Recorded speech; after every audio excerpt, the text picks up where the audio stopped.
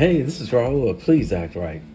Here's a married woman standing up to a microphone in an audience full of people on a show that she knows is being recorded and going to be posted on social media, asking what's the best way for her to keep her side dude. And Kitty Rose calmly and sternly went in on her. So I've been married for more than 15 years. Congratulations. I have been in a side relationship that my husband recently found out about. How can I convince my husband to let me keep the side dude? Well, first of all, he shouldn't. You need to change that convince word to manipulate. Ooh. We're not gonna play those games right now. You took a vow. You took vows. This is Kitty Rose. She's married and a marriage counselor, and she don't play this nonsense. Get her, Kitty. You stood before God or whatever it is you believe in and said that you were going to love this man. It's sickness and through health, for rich and for poor. You said that you committed whenever you took that vow. You committed to be there even in the hard times, even in the times where you were not fully emotionally fulfilled. You still took on that position to say that I'm going to have those conversations. I'm going to communicate. I'm not going to breach the trust in this marriage. You lack marital integrity. And if you lack marital integrity, you lack integrity as a person as well. My definition of integrity: doing the right thing even when no one's watching. So my next point to make is the audacity must be on sale right now for you to be able to say, how can I convince my husband, a man at that? And the audacity to embarrass him publicly. Convince my husband to let me still have a side relationship as if I did not betray this man, as if I did not hurt this man, as if I did not dishonor this man, as if I did not disrespect this man. And you want to ask for something? You want to ask for what it seems like more of a favor because it's only going to work in your favor. It's nothing that is going to work for him. I don't like when we play these games like this. You entered into what you two believe was a monogamous agreement, and you made it a polyamorous thing. Ooh. You did. Ooh. Let me tell you something else that you did. She made a fool out of herself, thinking that this was going to be an exciting and great conversation piece, not knowing that you were going to rip her a new butthole. Let's talk about the lack of responsibility. I'm going to tell you one more thing because I'm sure some other panelists have something to say. This is the problem that I have. Whenever you open up your marriage to something that somebody else did not consent to, if your side piece has depression or anxiety, anything like that, there's a spiritual exchange that takes place when you go sleep with somebody else. Look at her, wishing she had never stepped up to the mic with this nonsense. That you now have invited into your home. So part of the reason why your marriage is not happy is because you were lusting over the fence to begin with. Ooh. You invited that into your marriage. You corrupted your home. The best thing for you to do, because he does have the right to leave you, the best thing that you could do, the responsible thing you can do, is either end that relationship on the side or leave that man alone and let somebody else find him. The audacity she had to stand up in front of all these people and reveal that she had a side dude behind her husband's back. And how much you want to bet she was doing this because he's a hardworking man. He's paying all the bills, and she's complaining that he's never around to fulfill her every need because he's always at work. How much you want to bet she'll label him as boring? These women have it in their mind that a man has to be everything that she dreamed of and then some. Take a listen to this woman talking like men were put on this earth to entertain them. Those of you men who are not getting the women that you want, the truth is a lot of you guys are boring. Say hookah, Hennessy, lemon chops. You have no conversation. First off, take all that makeup off your face and then come back and let's have that conversation.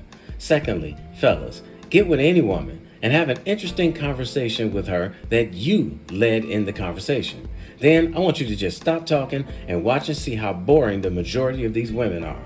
It'll be the same women that will have the audacity to call you boring.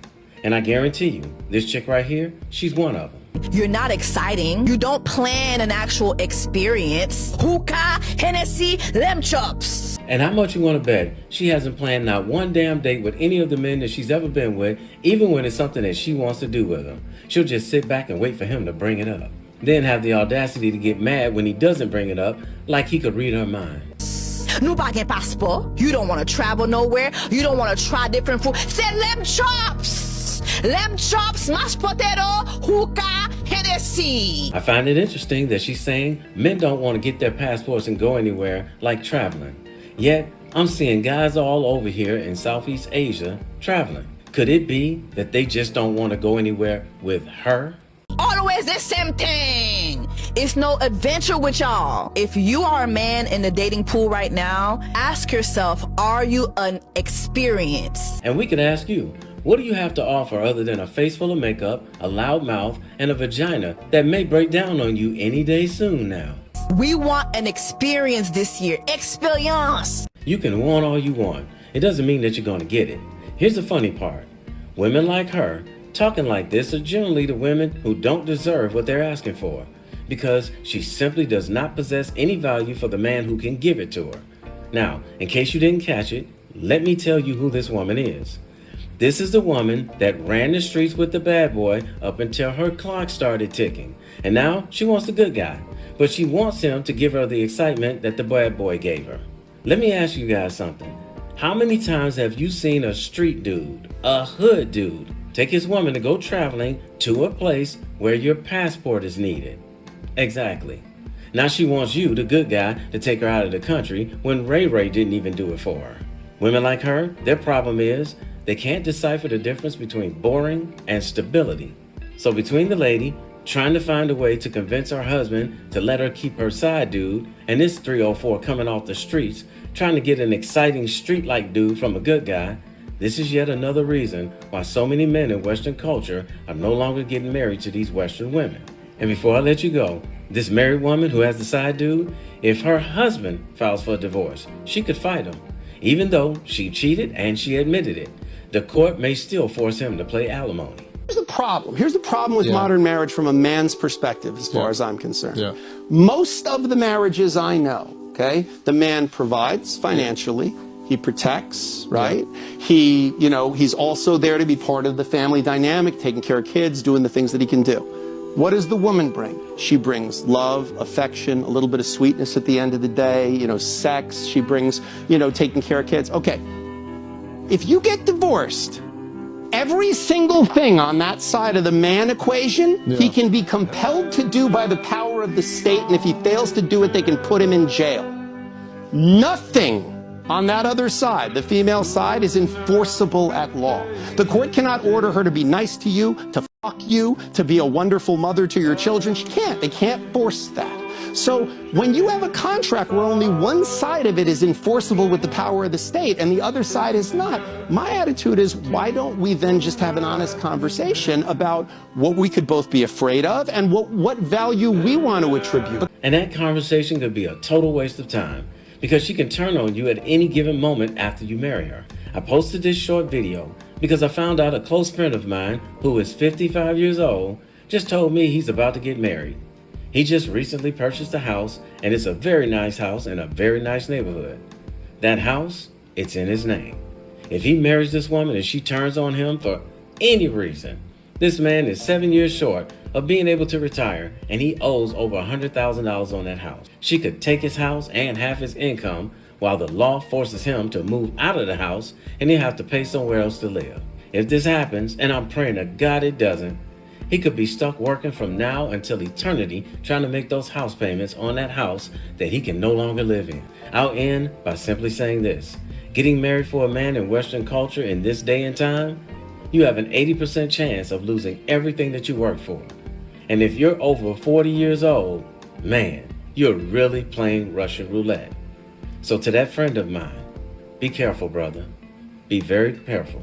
At bare minimum, put your house in a trust before you marry this woman and get her to sign a prenup. And if she won't sign the prenup, you already know what she's about.